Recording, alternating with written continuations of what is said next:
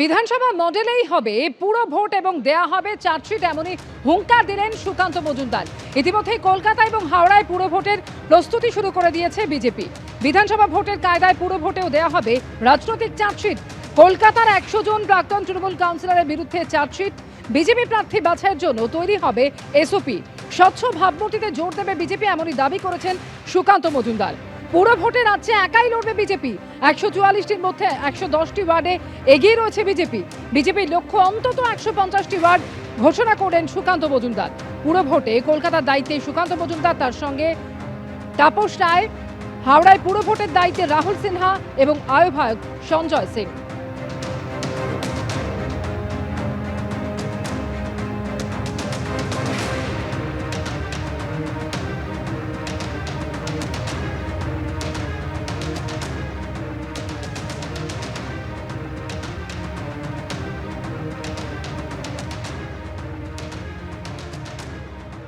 দেখুন, প্রার্থী পার্টি করবে। আমাদের রাজ্য সভাপতি আছেন, আমাদের মাননীয় মুখ্যমন্ত্রী আছেন, পার্টির একটা স্ট্রাকচার আছে।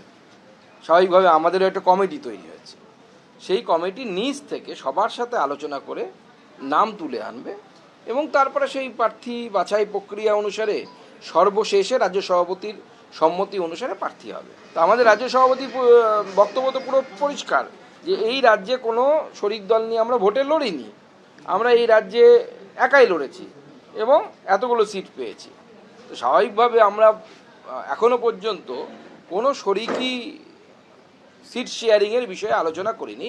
বিগত বিধানসভা নির্বাচনে 144টি ওয়ার্ডের মধ্যে 101টিতে বিজেপি এগিয়ে আছে, তৃণমূল কংগ্রেস এক কথায় ধরাশায়ী হয়েছে। তো এবার 209টি সিট হয়েছে। আমরা আশা করছি 150র বেশি, আমার তো মনে হচ্ছে 170-80টা পর্যন্ত আমরা পৌঁছতে পারবো। সিপিএম এবং বিজেপির সংঘর্ষে উত্তপ্ত হয়ে উঠল আগরপাড়া, যেখানে সিপিএম এর পার্টি অফিস ভাঙচুর করা হয় এবং সেই ভাঙচুরের ঘটনাকে কেন্দ্র করে অশান্তির সূত্রপাত। দুপক্ষের মধ্যে সংঘর্ষ, আর সংঘর্ষে বেশ কয়েকজন আহত হয়েছেন।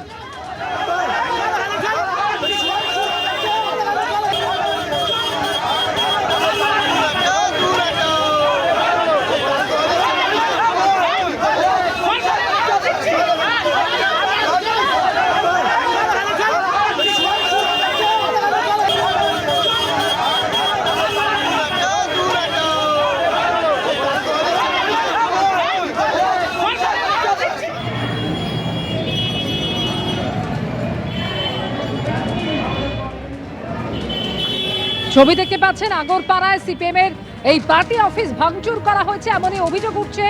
সিপিএম কার্যালয় ভাঙচুরের অভিযোগ এবং অভিযোগ তুলছে বিজেপির বিরুদ্ধে।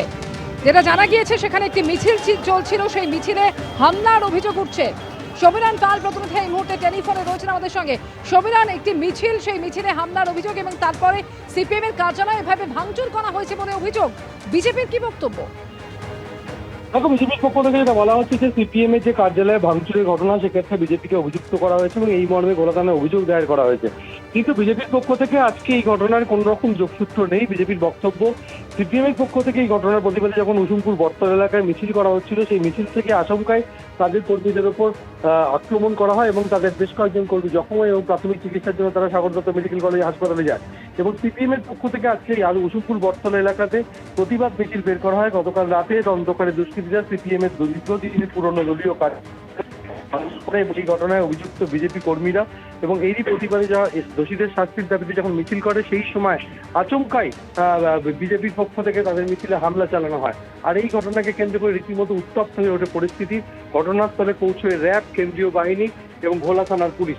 পুলিশের পক্ষ থেকে পুরো অভিযোগটি খতিয়ে দেখা হচ্ছে, কারণ তাদের বক্তব্য হচ্ছে যে গতকাল রাতে উসুমপুর বটতলা এলাকায় সিপিএম এর দলীয় কার্যালয়ে ভাঙচুর করা হয়, জানলার কাঁচ ভেঙে ফেলা হয়, রীতিমতো দণ্ডমণ্ড পরিস্থিতি তৈরি হয়। গতকাল রাতেই ক্ষোভে সরব হন সিপিএম কর্মীরা এবং রাতেই গোলা থানায় অভিযোগ দায়ের করেন এবং এই ঘটনার প্রতিবাদে দোষীদের গ্রেপ্তারের দাবিতে আজকে যখন মিছিল বেরিয়েছিল এলাকায়, উসুমপুর বটতলা এলাকায়, সেই সময় সিপিএম এর মিছিল চলাকালীনই দুপক্ষের মধ্যে সংঘর্ষ হয় এবং এই সংঘর্ষে দুপক্ষের বেশ কয়েকজন জখম হয়েছে। অমৃতা, ধন্যবাদ। সুবিধা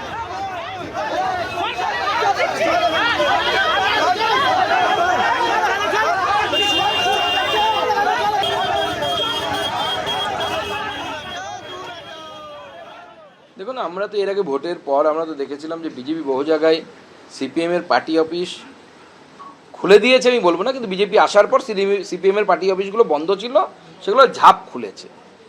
এবার আমার বক্তব্য হচ্ছে যে যারা যাদবপুরে দেয়ালে লিখে রাখেন ভারতের টুকরো হওয়ার কথা, তাদের পার্টি অফিস একটু কেউ টুকরো টুকরো করে দিয়েছে, তা আমাদের কোনো রোল নেই। যারা টুকরোর কথা বলে তাদেরই হয়তো অপোজিট কেউ কিছু লবি টুকরো করে দিয়েছে। যাদবপুর কাণ্ডের প্রতিবাদে আজকে ফের পথে এবিভিপি এবং 8B মোড়ের কাছে আজকে তাদের প্রতিবাদ কর্মসূচি চলছে। আমাদের সঙ্গে রয়েছেন এই মুহূর্তে আমাদের প্রতিনিধি পার্থপ্রতিম ঘোষ। পার্থপ্রতিম, যাদবপুর কাণ্ডের প্রতিবাদে এর আগেও এবিভিপি পথে নামে, আজকে ফের তাদের প্রতিবাদ কর্মসূচি, কি বক্তব্য?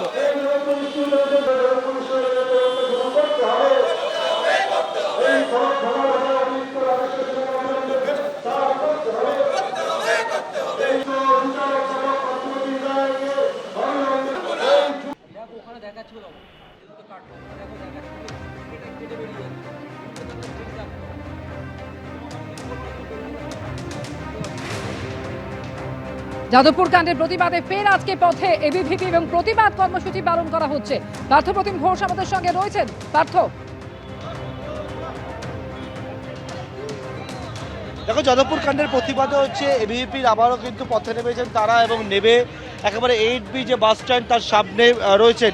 হাতে একটা অভিযোগপত্র নিয়ে এবিভিপির যারা সমর্থকরা তারা রয়েছেন, এবং এই যে অভিযোগপত্র মূলত আজকে কোন দাবি?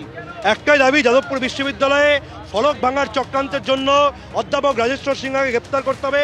এরই সাথে সাথে যাদবপুর বিশ্ববিদ্যালয়ের দেশ বিরোধী গতিবিধি আমরা বিভিন্ন পোস্টে এবং দেখতে পাচ্ছি যেভাবে স্লোগান, কিষাণজির নামে স্লোগান, সার্জির নামে ছবি। এই ঘটনাতে আমাদের মূল অভিযুক্ত যারা, তাদের বিরুদ্ধে এনআইএ তদন্ত শুরু করতে হবে। দেশের ভেতর দেশ তৈরির চক্রান্ত, যাদবপুর বিশ্ববিদ্যালয়ে যেভাবে দেশ বিরোধী চক্রান্ত তৈরি করার চেষ্টা চলছে, তার বিরুদ্ধে এবিভিপির আন্দোলন, এবিভিপির লড়াই এবং এনআইএ তদন্ত দ্রুত যাদবপুর বিশ্ববিদ্যালয়ে শুরু করতে হবে। এই অভিযোগপত্র যেটা দেখতে পাচ্ছি অফিসার ইনচার্জ যাদবপুর পুলিশ, কার নামে কি অভিযোগ? অধ্যাপক রাজেশ্বর সিনহা এবং পার্থপ্রতিম রায়ের নামে অভিযোগ। কেন অভিযোগ এটাই, তারা যাদবপুর বিষয়ে দেশ বিরোধী চক্রান্তের মদত দিচ্ছেন।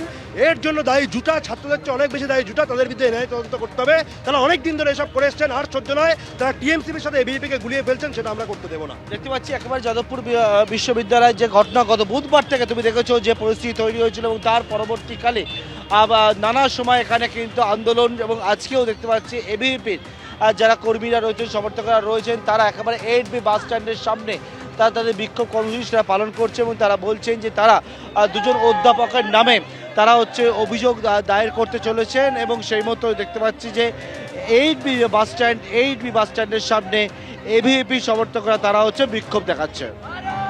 ধন্যবাদ পার্থ। কিন্তু জেনারেল বডির মিটিং ডাকা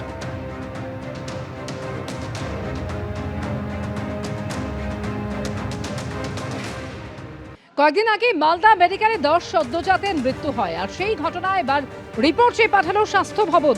মালদা মেডিকেল কলেজ কর্তৃপক্ষের কাছ থেকে রিপোর্ট চেয়ে পাঠানো হয়েছে।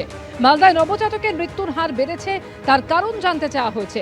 মালদা মেডিকেলে একদিনে 10 সদ্যজাতের মৃত্যু নিয়ে এমনই জানিয়েছেন স্বাস্থ্যমন্ত্রী। মৃত্যুর হার মালদায় বেড়েছে, সঙ্গে মালদায় আরেকটা জিনিস আছে, রডেন্ট ক্যানাইন পেস্ট, এর একটা সমস্যা আছে। আমরা প্রত্যেকটা শোকজ করা হয়ে গেছে। আগামীকাল, আজকে ছুটির দিন বলে পাবো না স্বাস্থ্যভবন, তবুও আমি যাবো একটু পরে। আগামীকাল আমি শোকজ রিপোর্ট সব পেয়ে যাবো পেডিয়াট্রিক্সের কাছ থেকে। সুপার প্রিন্সিপাল সব অবগত আছে, এমএসবিপি। আমরা শোকজ করেওছি। প্রত্যেকটা কেস ওয়াইজ যে কটা মারা গেছে, কেস ওয়াইজ কারণ জানতে চাওয়া হয়েছে। আমরা নথিগুলো পাই, তথ্য পাই, যা যা দরকার করণীয় সব দেওয়া হবে, সব করা হবে। কয়েকদিন আগে মালদা মেডিকেলে 10 সদ্যজাতের মৃত্যু হয়, এবং সেই ঘটনায় রিপোর্ট চেয়ে পাঠিয়েছে স্বাস্থ্য ভবন। শ্বাসকষ্ট, জন্ডিস এবং হৃদযন্ত্রের সমস্যায় ভর্তি ছিল সদ্যজাতরা। 10 জনের মধ্যে 8 শিশুকে আনা হয়েছিল অন্য হাসপাতাল থেকে। প্রাথমিক রিপোর্ট পাঠিয়ে দেওয়া হয়েছে, দেওয়া হবে পূর্ণাঙ্গ রিপোর্ট। সদ্যজাতদের মৃত্যু নিয়ে এমনই প্রতিক্রিয়া মালদা মেডিকেলের সুপারের।